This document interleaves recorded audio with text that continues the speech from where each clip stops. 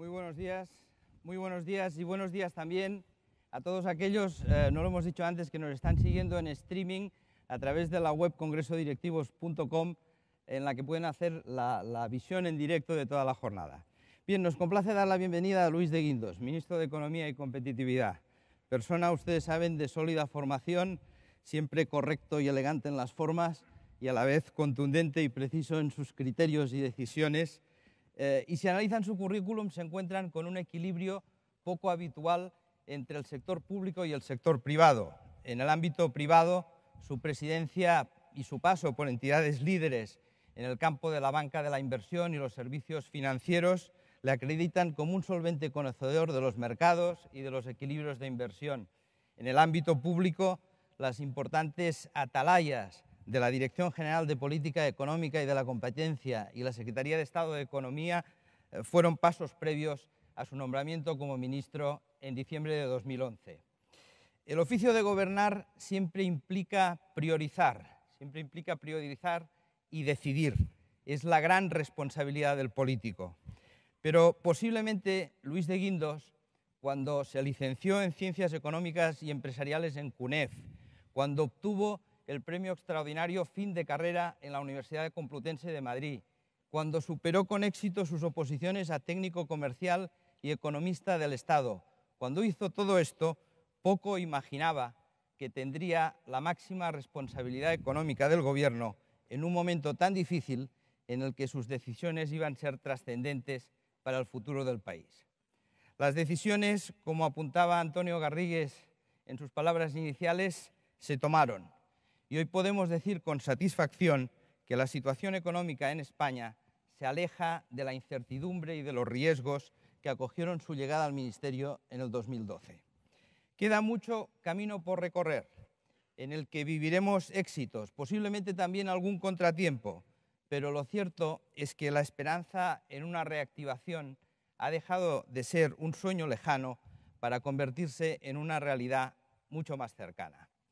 Hoy queremos agradecerles su tiempo, queremos agradecerle su predisposición a atender a las preguntas que ustedes nos vayan formulando en la medida del tiempo que tenemos disponible. Ministro, muchísimas gracias por estar con sede en Sevilla. Te escuchamos con atención. Muchísimas gracias, Ramón. Muchísimas gracias a CEDE. Es la verdad impresionante, ¿no?, ver la capacidad de convocatoria que tiene la Confederación Española de Directivos y Ejecutivos. Y para mí es un placer, de verdad, estar aquí con todos ustedes. Yo voy a hacer una serie de reflexiones sobre la situación económica internacional, especialmente europea, y posteriormente también una serie de consideraciones, de reflexiones sobre lo que puede ser la evolución de la economía española. Entrando en primer lugar en el contexto internacional, yo lo primero que diría es, siguiendo la definición, siguiendo la calificación que ha hecho el Fondo Monetario Internacional, que el crecimiento de la economía mundial es mediocre. Y después, una vez dicho esto, centra su atención en la zona euro, en Europa. Y lo centra fundamentalmente ya no por razones como las que ocurrieron hace 2 años, en las cuales tuvimos toda la crisis de la deuda en Europa, que puso la situación o la estabilidad financiera tanto de la economía europea como de la economía mundial en juego, sino fundamentalmente por un crecimiento muy reducido.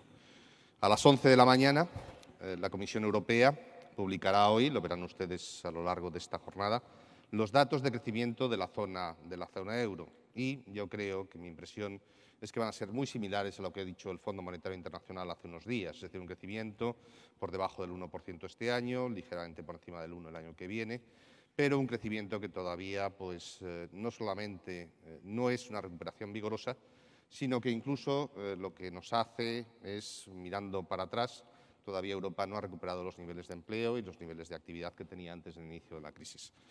¿Por qué ocurre esto? Esto ocurre fundamentalmente porque la demanda en Europa es reducida.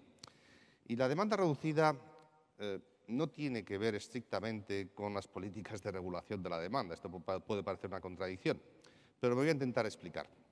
La política monetaria ha reducido los tipos de interés prácticamente a cero, incluso el Banco Central Europeo ha empezado a tomar medidas que se consideran no convencionales, como es la compra de bonos bancarios.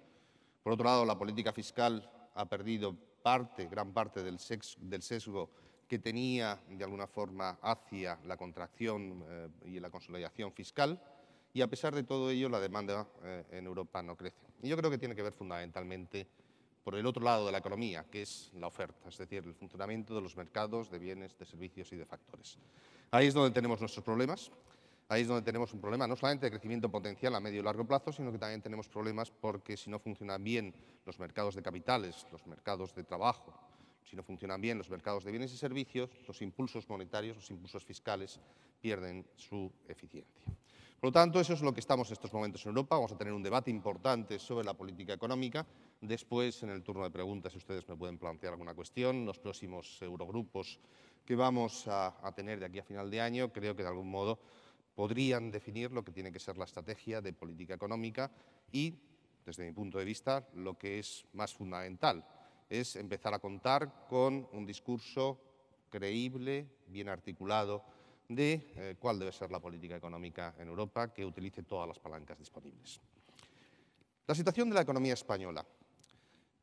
En los últimos días, en las últimas semanas, yo creo que ha habido una serie de datos que, como consecuencia de otros factores, como consecuencia de otros elementos, pues han pasado, tal vez, desapercibidos, pero que desde mi punto de vista son especialmente relevantes. En primer lugar, hemos tenido el domingo pasado los resultados de las famosas pruebas de esfuerzo y de la valoración de activos de la banca española. Y los resultados han sido positivos, pero yo lo que les diría simplemente es que los pusieran ustedes en contexto con la situación que teníamos en la banca española hace solamente 3 años. Hace 3 años, el principal factor de incertidumbre de la economía española era la situación de nuestro sistema financiero. Se hablaba mucho de la prima de riesgo, y yo siempre digo en broma que me convertí en un adicto a la prima de riesgo. Pero había otro dato que le llegaba al ministro de Economía. Al ministro de Economía le suelen llegar siempre los datos más agradables antes que al resto de los mortales, que era la posición de liquidez y la evolución de los depósitos en la banca española, que era especialmente preocupante. Es decir, a mediados del año 2012, por ejemplo, las salidas de depósitos eran una constante. De alguna forma, ello lo que reflejaba era la incertidumbre. Bueno, pues 2 años y medio después, hemos conseguido que la banca española, entre todos, con el esfuerzo de todos, había un porcentaje de percepciones injustas, porque los problemas de la banca española estaban concentrados en casos muy específicos y muy concretos, pero se estaba afectando a todo el mundo. Hemos conseguido que prácticamente, en términos de lo que es la valoración de activos, la banca española haya salido la mejor, es decir, es la que mejor valora sus activos, y después también con una capacidad de resistencia ante un escenario negativo, un escenario muy adverso de la situación económica que permite, sin duda, que todos estemos con un planteamiento y con una valoración completamente diferente. Y eso es fundamental. Sin una banca sana, sin un sistema financiero solvente, es imposible que haya recuperación. En segundo lugar, tuvimos los datos de la EPA. Los datos de la EPA ponían de manifiesto que la creación de empleo continúa a un ritmo notable. Hoy hemos tenido incluso los de paro registrado y afiliaciones. Octubre es un mes complejo y si uno elimina esta estacionalidad del mes de octubre, se ve que continúa la mejora del mercado laboral, ¿no? Es decir, que la economía española, después de mucho tiempo, está generando empleo. Y después tuvimos también los datos del Instituto Nacional de Estadística, de lo que es la valoración del crecimiento del tercer trimestre de este año, un 0,5, que yo creo que lo que van a indicar fundamentalmente es un contraste muy importante con Europa. Ya lo tuvimos en el segundo trimestre, cuando la economía europea entró en punto muerto, mientras que la economía española crecía un 0,6. Yo creo que con este crecimiento, que mi impresión es que se va a proyectar al cuarto trimestre de este año, la economía española va a entrar en el año 2015 con una velocidad de crucero en el entorno del 2%.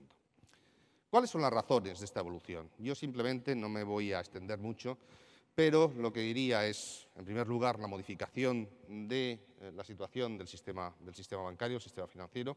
En segundo lugar, el esfuerzo de reducción del endeudamiento que ha realizado la economía española, el sector privado, tanto las familias como las empresas no financieras. Hemos reducido nuestro endeudamiento en más de 400.000 millones de euros desde el nivel máximo que alcanzamos en el año 2010. En tercer lugar, mejoras de competitividad. Las mejoras de competitividad están ahí. El sector exterior español se sigue comportando bien. Nuestras exportaciones van a seguir creciendo prácticamente como uno de los países punteros al respecto dentro de la zona euro. También hay otro factor fundamental, que es el ajuste inmobiliario. En algunos segmentos empieza a percibirse que ha tocado ya fondo. Y por último, el ajuste fiscal. La posición de España es completamente diferente. No tiene nada que ver con la situación fiscal que teníamos en el año 2011, en el cual se percibía que la política fiscal española era insostenible y que no nos iban a financiar y que, o si nos financiaban, eran unos costes prácticamente inasumibles. Pero también me gustaría resaltar a veces dos factores, es decir, que creo que de alguna forma no son siempre tenidos en consideración, ¿no? Y que creo que hay que empezar a incorporarlos al discurso, a la evolución futura de la economía española. Primero es la evolución del tipo de cambio del euro. El tipo de cambio del euro, que no hace mucho, a principios de este año, estaba a niveles próximos del 1,40. Hoy lo tenemos ya pues, en el 1,25. Es una depreciación del tipo de cambio del euro pues, en el entorno del 10%. Y por otro lado también la senda claramente a la baja de los precios de las materias primas. En el Ministerio de Economía hemos hecho cálculos de cuánto esta depreciación del tipo de cambio del euro y esta evolución del precio de las materias primas puede afectar a la economía española. Y el cálculo que hemos hecho es que en los próximos 6 trimestres estos dos factores conjuntamente pueden aportar cerca de 1 punto al crecimiento de la economía española. A veces el tipo de cambio se considera que es únicamente el impacto en las exportaciones. También hay una cuestión que a veces olvidamos, y es que la competencia, la competitividad no solamente se muestra en los mercados internacionales, también se muestra en el mercado doméstico. Es decir, si la producción doméstica es capaz de cubrir el incremento de la demanda doméstica que estamos teniendo cada vez con mayor producción nacional, pues esa es una señal adicional de competitividad. Y, en ese sentido, la evolución del tipo de cambio del euro nos ayuda. También, por otro lado, y esto también es importante, una caída del precio de las materias primas que estamos viendo tan intenso, especialmente en el caso del petróleo, que ya lo tenemos en el entorno de los $85 barril, cuando no hace mucho estaba por encima de 100, supone una mejora de la relación real de intercambio de la economía española, un incremento de renta disponible que se acaba trasladando a crecimiento e indirectamente también posteriormente a creación de empleo. Son factores que son fundamentales y que evidentemente creo que los debemos poner en consideración y sumarse a la corrección de los desequilibrios macroeconómicos que comentaba yo anteriormente. Por otro lado, también únicamente señalarles que la política económica del Gobierno, y con esto ya acabo y dejo unos minutos para las cuestiones que me quieran ustedes plantear, va a continuar con lo que han sido las recetas hasta ahora y que han puesto a España en una posición distinta. En primer lugar, continuaremos con nuestro esfuerzo de reducción del déficit público, lo haremos compatible con una rebaja fiscal importante del IRPF el año que viene, es decir, desde enero los españoles, los asalariados, van a notar un incremento de su renta disponible como consecuencia de la reforma fiscal, y eso va a ser compatible con la continuación de la reducción del déficit público, y por otro lado con las reformas económicas. Es decir, es la receta que ha funcionado bien.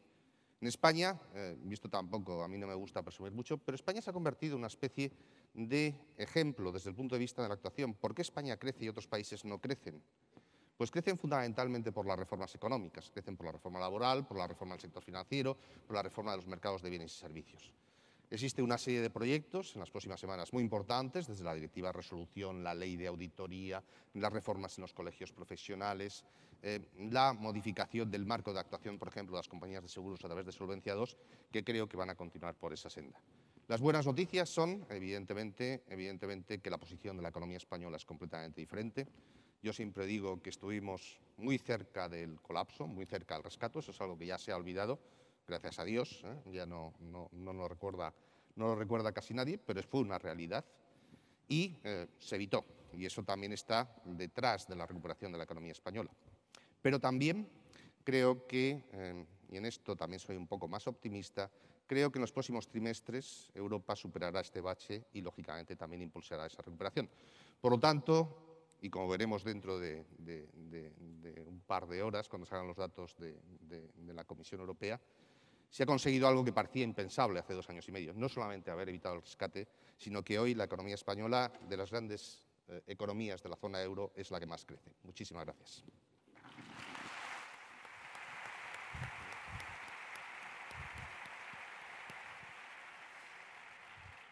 Muchísimas gracias, ministro.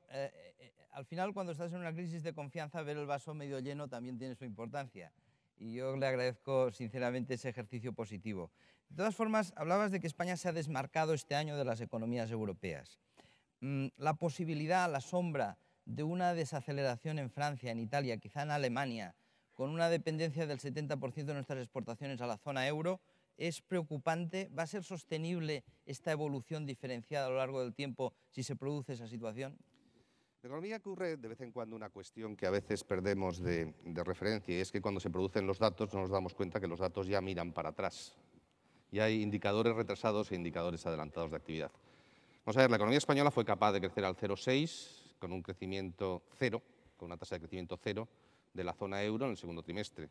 Y yo creo que los resultados del tercer trimestre, bueno, los nuestros ya lo sabemos, fue un crecimiento del 0,5, también se va a conseguir con una tasa de crecimiento más reducido.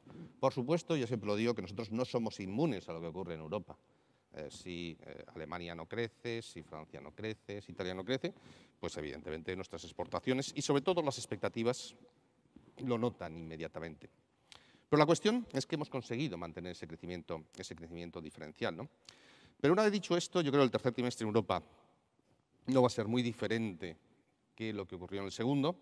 El cuarto, tal vez veamos una cierta mejora, pero yo soy bastante más optimista con respecto a lo que puede ocurrir en el primer semestre del año que viene. Es decir, el año que viene, seguramente Europa, en vez de ser viento de cara, será viento de cola para la economía española. Por lo tanto, miremos para adelante y dejemos de mirar para atrás. La depreciación del tipo de cambio, la evolución de, como decía anteriormente, de materias primas, la reducción de los riesgos geopolíticos, es decir, en el caso de Alemania está muy influenciado su crecimiento económico y su evolución de exportaciones por todas las circunstancias que rodeaban la situación en Ucrania. Todo eso se va a ir modificando. Creo que el ejercicio del test de estrés, de las pruebas de esfuerzo, de la valoración de activos, va a eliminar dudas sobre la situación del sistema bancario. Se ha dado muchísima información. No solamente es los escenarios, es la información que se ha dado sobre la situación del sistema bancario europeo y la entrada en vigor del supervisor único y a principios del año próximo del mecanismo único de resolución son factores que yo creo que van a ir y que van a facilitar ese crecimiento. Miremos para adelante, ministro, en una cuestión que sin duda preocupa a muchos directivos y a muchos empresarios de pymes que hoy nos acompañan aquí. Claro, el regreso de una demanda de crédito solvente es un proceso lento. Existe la impresión general de que no se está produciendo, pero la realidad es que los datos del Banco de España lo que muestran es que la financiación destinada a pymes y familias repuntó casi un 10% entre enero y septiembre. ¿Es un cambio de tendencia consolidado? ¿Va a seguir en los próximos meses? Lleva prácticamente un año. Es decir, yo creo que aquí tenemos que distinguir dos cuestiones. Uno, lo que es el stock de deuda. El stock de deuda en España se tiene que reducir. Nosotros habíamos acumulado nuestro problema fundamental, nuestro principal desequilibrio fue que en los años de las vacas gordas se acumuló crédito a un ritmo insostenible en el sector privado. Fundamentalmente, y esto es verdad, cuando uno mira los números en detalles, en el sector de la construcción y de la promoción. Y hubo una enorme parte de la economía española que, sin embargo, del sector privado, las empresas españolas privadas, que, sin embargo, estaban en una posición de endeudamiento perfectamente comparable a los países de su entorno. Ese stock de deuda se tiene que reducir, es decir, todos esos vencimientos de endeudamiento muy centrado en el sector construcción, el sector promotor, tiene que continuar empujando lo que es el volumen global de crédito en España. Pero simultáneamente, y esto es lo que está ocurriendo, y yo creo que tiene mucho que ver con la modificación de la percepción, y no solamente de la percepción, de la realidad de solvencia y de los balances de la banca española, los flujos de crédito nuevo llevan ya prácticamente un año creciendo para pymes, en créditos de menos de 1 millón de euros, y para familias. E incluso empiezan a crecer, y esto es algo que también creo que se puede percibir incluso en la publicidad que vamos viendo en los medios, lo que es financiación de vivienda para familias. Bueno, son cambios cualitativos, pero vuelvo a repetir, yo como ministro de Economía, y ustedes también lo diría como empresarios que viven en el entorno español, el día que el endeudamiento de la economía española no se reduzca globalmente, ese día nos deberíamos preocupar porque ese proceso tiene que continuar. Las familias ya están en una posición muy parecida en términos relativos y comparando y haciéndolo perfectamente comparable con lo que ocurre en Europa. Las empresas también se están acercando. Tenemos que hacer un esfuerzo, lógicamente, y por eso la modificación de toda la normativa de concursal y de la regulación de insolvencia en nuestro país, en acelerar ese proceso, especialmente en aquellos sectores que tuvieron una absorción excesiva a todas luces de endeudamiento, que era fundamentalmente construcción y promoción. Hablar de créditos es hablar de tipos, y al hablar de tipos, hablabas del tipo de cambio, hemos de referirnos necesariamente a lo que ocurre en Estados Unidos. La FED americana ha concluido su programa de estímulos, ha dejado de inyectar liquidez al sistema. Esto es la antesala de una subida de tipos en Estados Unidos. ¿Y esto cómo puede afectar, si se produce, a Europa y a España? Bueno, es la normalización de la política monetaria, es decir, hemos retirado todos los estímulos extraordinarios que estaban ligados al famoso quantitative easing y, sin embargo, lo que está haciendo la Reserva Federal es lo que hace esa política de mirar para adelante y de anunciar lo que va a hacer, lo que se denomina en inglés el forward guidance. Entonces, esta política lo que nos indica es que esa subida todavía no está próxima, es decir, que puede ocurrir. Los mercados descuentan que puede ocurrir en el segundo o tercer trimestre. Hay una parte, lógicamente, inmediatamente que los mercados pueden considerar negativa, es decir, una subida de tipos siempre genera incertidumbre, genera volatilidad, pero también es una normalización, es decir, no es lógico que vivamos con tipos de interés de intervención de los bancos centrales en cero, es decir, eso lo que indica es la fragilidad de la recuperación. Por lo tanto, yo me quedo más con la parte positiva, que sería una normalización de las condiciones monetarias ante una recuperación de la actividad económica real. De todas maneras, el Banco Central Europeo parece que sigue el camino contrario de la FED, ¿no? Y que mientras la señora Yellen regresa de la política expansiva, el señor Draghi avanza hacia ella, ¿no? Sí. ¿Europa va a ir siempre a remolque o vamos a romper esa situación? No, lo que yo creo que ha ocurrido es que hay una cuestión, es decir, Estados Unidos, los datos que hemos visto de crecimiento en los últimos trimestres, está creciendo en el entorno del 3% y lo está haciendo con creación de empleo, la tasa de paro se acerca al 6%. Esa no es la situación de Europa y, por lo tanto, el signo de la política monetaria, las trayectorias de la política monetaria son divergentes y eso está también detrás, lógicamente, de la depreciación del tipo de cambio del euro. Ministro, 2015 va a ser un año electoral en España. ¿Cómo vamos a poder compaginar el tacticismo político a corto plazo con la continuidad de las reformas estructurales? No podemos permitirnos el lujo de estar 12 meses parados. Sí, es un año electoral, hay elecciones municipales, autonómicas, hay elecciones a final de año generales, pero aquí no hay tacticismo posible, es decir, lo importante aquí es que haya recuperación económica y la recuperación económica se sustente y que esté sustentada pues, en una reducción del déficit público que va a continuar el año que viene de una forma importante a pesar de la reforma tributaria que, como decía anteriormente, está perfectamente incardinada en esa reducción del déficit público. Y, por otro lado, las reformas económicas van a estar ahí. Nosotros tenemos nuestro plan nacional de reformas, ¿no? Por lo tanto, yo creo que el tacticismo de verdad es conseguir que la economía española sustente crecimientos por encima del 2%, y ese es el verdadero reto del Gobierno y, evidentemente, lo que tiene que ser la principal recompensa desde el punto de vista electoral a medio plazo. Yendo a un argumento más próximo a lo que estamos viviendo en los últimos días. En 1992, Bill Clinton, cuando hizo la campaña contra George Bush padre, hizo famosa aquella frase de decir, es la economía, estúpido, para referirse al hecho de que la importancia de las cuestiones relacionadas con la vida de los ciudadanos era vital. El argumento en aquel momento era que la economía condicionaba la política. ¿Podemos vivir en España la situación inversa en los próximos meses? ¿La controversia política puede llegar a condicionar esa recuperación económica? Yo aquí distinguiría varias cuestiones. Es decir, es cierto que hemos vivido en las últimas semanas, en los últimos días, una situación de noticias que, bueno, nos podemos calificar de cualquier forma. Yo a veces lo califico de deleznables, detestables, etcétera, etcétera, etcétera, etcétera. Pero yo creo que hay un mensaje que es importante, ¿no? Es el mensaje de que yo estoy convencido, es decir, el otro día yo tenía una intervención en el Parlamento y hubo un portavoz que me dijo, bueno, es que la corrupción es estructural en España. Supongo que a eso se está refiriendo usted. Yo estoy convencido de que la corrupción no es estructural en España.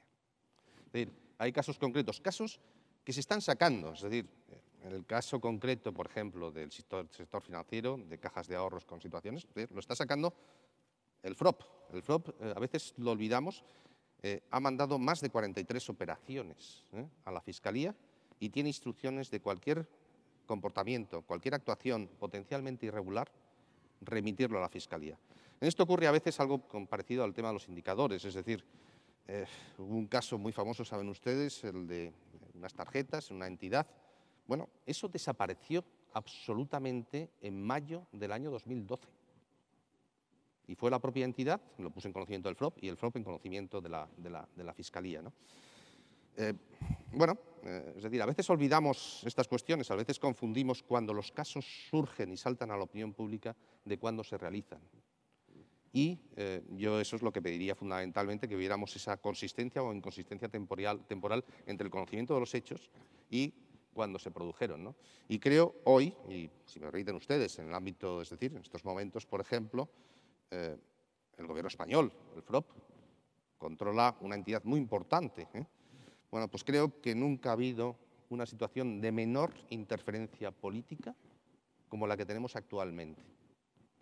Por lo tanto, hay cosas que se han modificado, es decir, en este gobierno modificó remuneraciones de banqueros, modificó el decreto de honorabilidad, no ha pagado pensiones a banqueros que se hayan retirado en situaciones complicadas o ha dejado que se paguen indemnizaciones de esa naturaleza, y creo que ha llevado a cabo una labor no solamente de saneamiento, sino sobre todo de transparencia y de buen gobierno, que en última instancia sea lo que nos permitirá que esas situaciones no se vuelvan a repetir en el futuro, que esto que ocurrió en el pasado, que fue deleznable, no vuelva a ocurrir en el futuro. Una última cuestión, porque estamos al borde del tiempo. La facilidad para hacer negocios, una manera de mejorar la productividad y de aumentar el tejido empresarial. La semana pasada veíamos cómo en el último informe Doing Business del Banco Mundial, España había ganado 19 puestos en la facilidad para hacer negocios. Excelente noticia, pero seguimos en la posición 33. Ministro, tenemos campos de mejora. Hay muchísimos campos de mejora. Por ejemplo, todo lo que tiene que ver con unidad de mercado. El otro día yo llevaba al Consejo de Ministros un análisis del tema de unidad de mercado. Y no solamente, porque a veces esto se liga a comunidades autónomas, sino en la Administración central tenemos todavía muchísimo que avanzar. Es decir, existen muchísimos obstáculos, muchísimas dificultades para que las empresas se constituyan, para que las empresas avancen. Hay una cuestión que sí es interesante también y que yo creo que de algún modo tenemos que tener todos en la cabeza. Es decir, España necesita más pymes, muchos más emprendedores, pero también necesita que nuestras pymes vayan ganando tamaño. Ello tiene que ver con dos cuestiones. Si no se tiene una escala suficiente, no es posible saltar a los mercados exteriores, es decir, empezar a exportar de una forma estabilizada. Y después también necesita que modifiquemos nuestra percepción sobre la forma en la cual la estructura de financiación de nuestras empresas. España tradicionalmente es el país en el cual las pymes dependen más del crédito bancario. Eso lo que te hace es que cuando viene una crisis bancaria, una crisis financiera, inmediatamente la crisis financiera te contamina a lo que es tu tejido empresarial, porque inmediatamente hay un recorte de crédito y, por tanto, el ciclo de crédito afecta al ciclo de la actividad económica real. Por lo tanto, yo creo que los retos empresariales, es aparte de eliminar todas esas dificultades, mejorar la escala, aumentar la escala y mejorar la estructura de financiación de nuestras empresas, que tiene que ver mucho con tener más recursos propios y algo menos de endeudamiento. Hemos tratado de aprovechar los 45 minutos al máximo, pero no tenemos más tiempo. Ministro, muchísimas gracias. Ha sido un placer.